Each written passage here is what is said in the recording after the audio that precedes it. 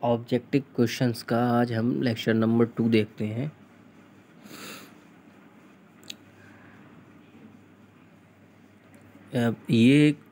इसका question number 10 पिछले lecture में कवर कर चुके थे हम।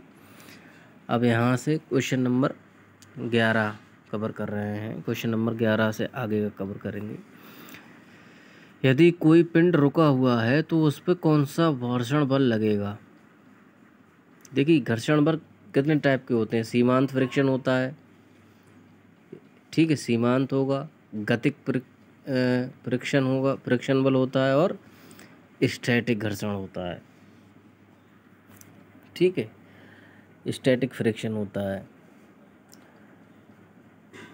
अब किसी पिंड का कोफिशिएंट ऑफ फ्रिक्शन तो सेम रहता है, ठीक है, कोफिशिएंट ऑफ फ्रिक्शन क्या रहेगा, सेम रहेगा।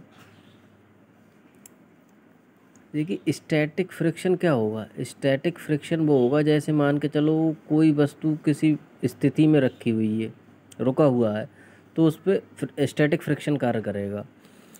अब देखिए, आप उसको खींचना स्टार्ट करते हैं, किसी वस्तु को आप फोर्स लगाकर खींचना स्टार्ट करते हैं,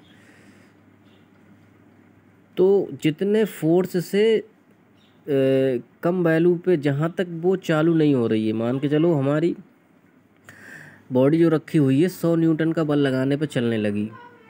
अगर उससे नीचे हमने 98 का लगाया, 98 का लगाने के बाद नहीं चल रही है, तो क्या कहलाएगा। 98 उससे पहले हमने लगाया 10 न्यूटन का, नहीं चली, तो स्टैटिक फ्रिक्शन कितना कहलाएगा, 10 न्यूटन।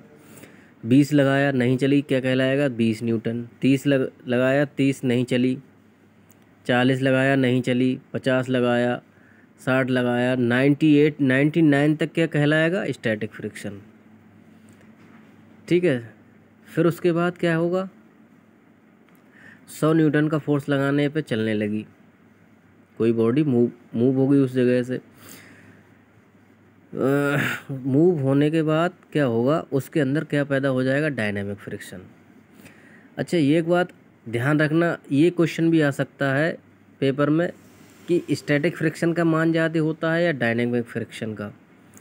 तो याद रखना, स्टैटिक फ्रिक्शन का मान ज़्यादा होता है। यहाँ पे हमने देख लिया 99 पॉइंट समथिंग कुछ हो गया स्टैटिक फ्रिक्शन, मगर जब बॉडी मूव होने लगेगी तब उस पर फ्रिक्शन कम लगने लगेगा, उसकी वैल्यू कम हो जाएगी। डायनामिक फ्रिक्शन की वैल्यू कम होती है, ठीक है। अगला क्वेश्चन देखते हैं। यदि कोई पिंड अपनी स्थिति में रहकर कोई काम करना चाहता है तब उसकी एनर्जी क्या कहलाएगी। देखिए, अगर स्थिति में है तो उसके पास क्या है, पोटेंशियल एनर्जी। अगर गति में होता तो क्या होती उसके पास, गतिक ऊर्जा, काइनेटिक एनर्जी। तो स्थिति में है तो क्या कहलाएगी, उसकी एनर्जी क्या कहलाएगी, पोटेंशियल एनर्जी कहलाएगी, यानी स्थैतिक ऊर्जा कहलाएगी। अगर यही पिंड गतिमान अवस्था में होता तो क्या कहलाती इसकी, ये गतिज ऊर्जा कहलाती, ठीक है। अगला क्वेश्चन देखते हैं। किसी निकाय पर लगने वाले कोप्लेनर फोर्सेस की साम्यावस्था की कंडीशन क्या है। निकाय क्या होता है, सिस्टम। अच्छा, देखिए यहाँ पर दे रखा है कोप्लेनर फोर्सेस। कोप्लेनर का मतलब हो गया एक ही तल में लगने वाले बल, समतलीय।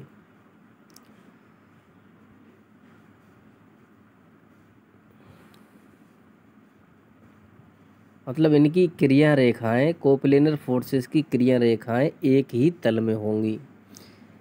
अब इनकी साम्यावस्था की कंडीशन क्या होगी,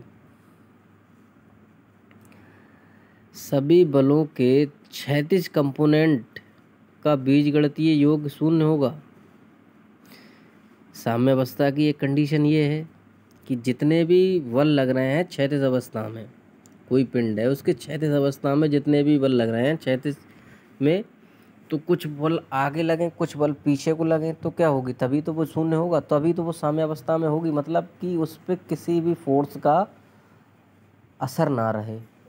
साम्यावस्था का मतलब क्या है? उस पर किसी भी फोर्स का इफेक्ट ना रहे। बल लग रहे हैं मगर बल बैलेंस हैं, ठीक है। तो क्या होना चाहिए? समीशन एफ एक्स बराबर 0, यानी कि क्षैतिज कंपोनेंट का बीजगणितीय योग शून्य होना चाहिए। इसी तरीके से ऊर्ध्वाधर कंपोनेंट का बीजगणितीय योग भी शून्य होना चाहिए। और तीसरी कंडीशन क्या होती है कि मोमेंट का बीजगणितीय योग शून्य होना चाहिए। 3 कंडीशन होती है। ए हो गई सभी, ये सही है। ऑप्शन में दे रखा है बी, सभी बलों के ऊर्ध्वाधर कंपोनेंट का बीजगणितीय योग शून्य होगा, ये भी सही है। तीसरा दे रखा है किसी बिंदु के सापेक्ष सभी बलों के आघूर्ण का बीजगणितीय योग शून्य होना चाहिए, ये भी सही है। 3 कंडीशन होती हैं साम्यावस्था के लिए। समीशन एफ एक्स बराबर 0, समीशन एफ वाई बराबर 0 और सिग्मा एम बराबर 0, ठीक है। तो डी ऑप्शन होगा उपरोक्त सभी। क्वेश्चन नंबर 14 देखते हैं, क्या है? सेंटर ऑफ ग्रेविटी,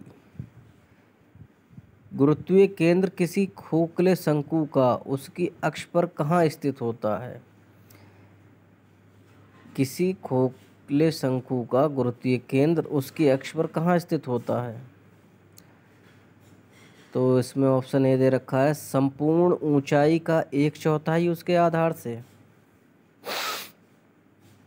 बी दे रखा है संपूर्ण ऊंचाई का 1/3 उसके आधार से, या संपूर्ण ऊंचाई का आधा उसके आधार से। तो इसका क्या होगा? इसमें लगाया नहीं मैंने, इसमें लगाते हैं।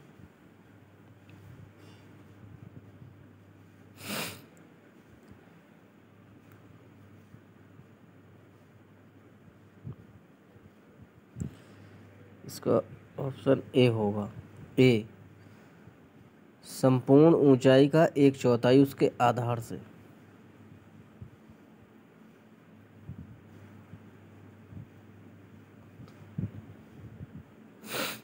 ठीक है।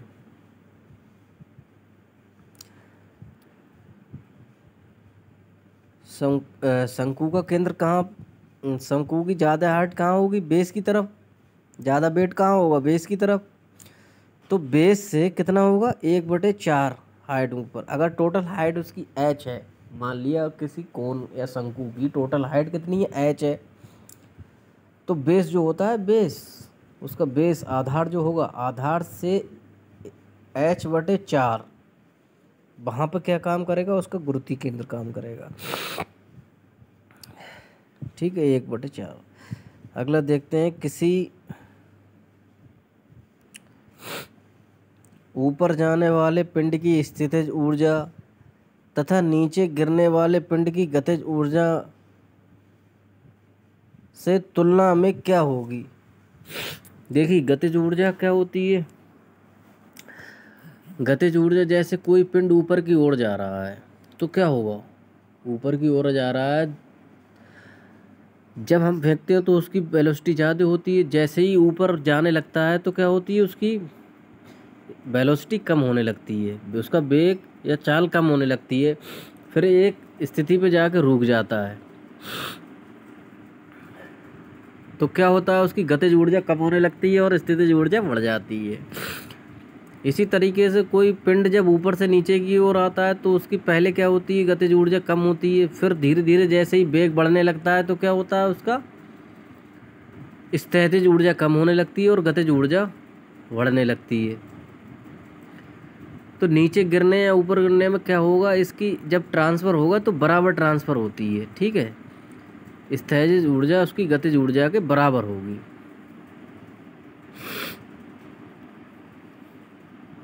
अगला देखते हैं,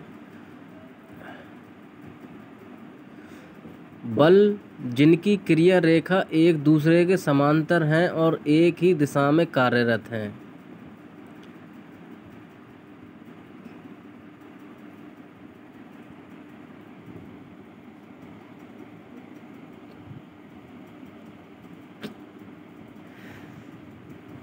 तो ऑप्शन ए के दे रखा है कोप्लेनर कॉन्करेंट फोर्स, मतलब समतलीय समांगी बल। दूसरा दे रखा है कोप्लेनर नॉन कॉन्करेंट फोर्स, समतलीय असमांगी बल।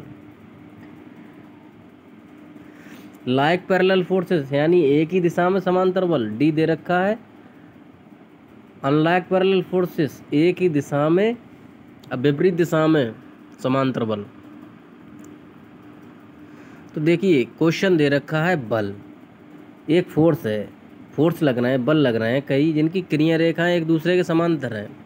तो देखिए क्रिया रेखाएं तो समांतर हो सकती हैं, बल विपरीत दिशा में लग रहे हैं तब भी उनकी क्रिया रेखाएं समांतर हो सकती हैं, क्योंकि एक बल एक्स एक्सिस के अलोंग कार्य कर रहा है, दूसरा नेगेटिव एक्स एक्सिस के अलोंग कार्य कर रहा है। तो क्या हो जाएंगी, उनकी क्रिया रेखाएं तो समांतर हो जाएंगी, ठीक है, मगर क्या हो जाएंगे, वो अनलाइक होंगे, उनकी दिशाएं डिफरेंट होंगी। अब यहाँ पूछा है कि एक ही दिशा में कार्य कर रहे हैं, ठीक है, तो लाइक पैरेलल फोर्स ऑप्शन होगा इसका, लाइक पैरेलल फोर्स यानी कि एक ही दिशा में समांतर बल, लाइक पैरेलल फोर्स। अगला क्वेश्चन है स्थानांतरणशीलता के सिद्धांत के अनुसार किसी बल का पिंड पर प्रभाव क्या होगा। ट्रांसमिसिबिलिटी, प्रिंसिपल ऑफ ट्रांसमिसिबिलिटी के अनुसार किसी बल का इफेक्ट क्या होगा किसी पिंड पर।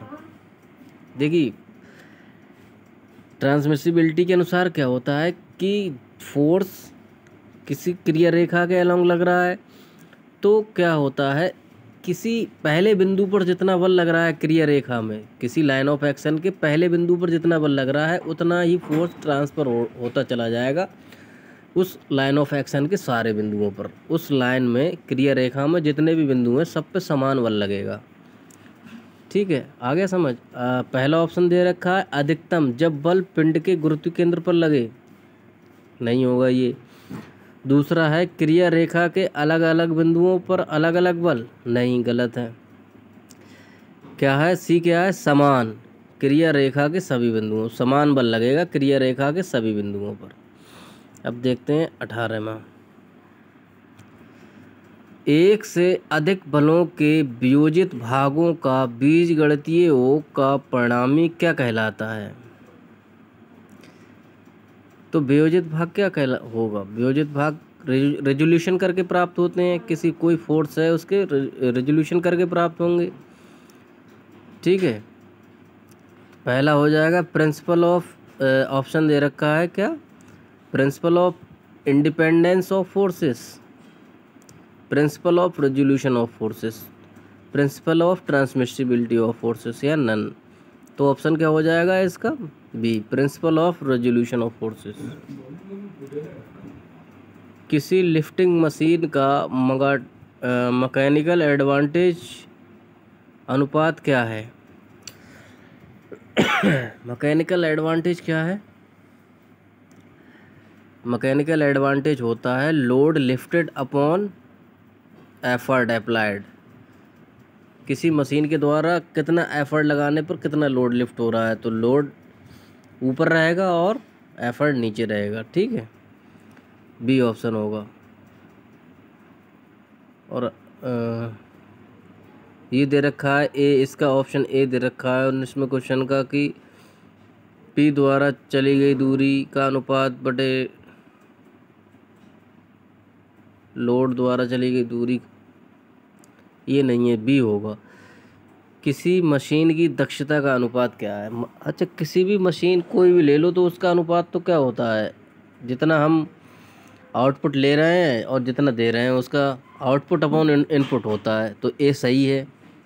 बी क्या होगा, मशीन के द्वारा किया गया कार्य अपॉन मशीन पर किया गया कार्य, ये भी सही है।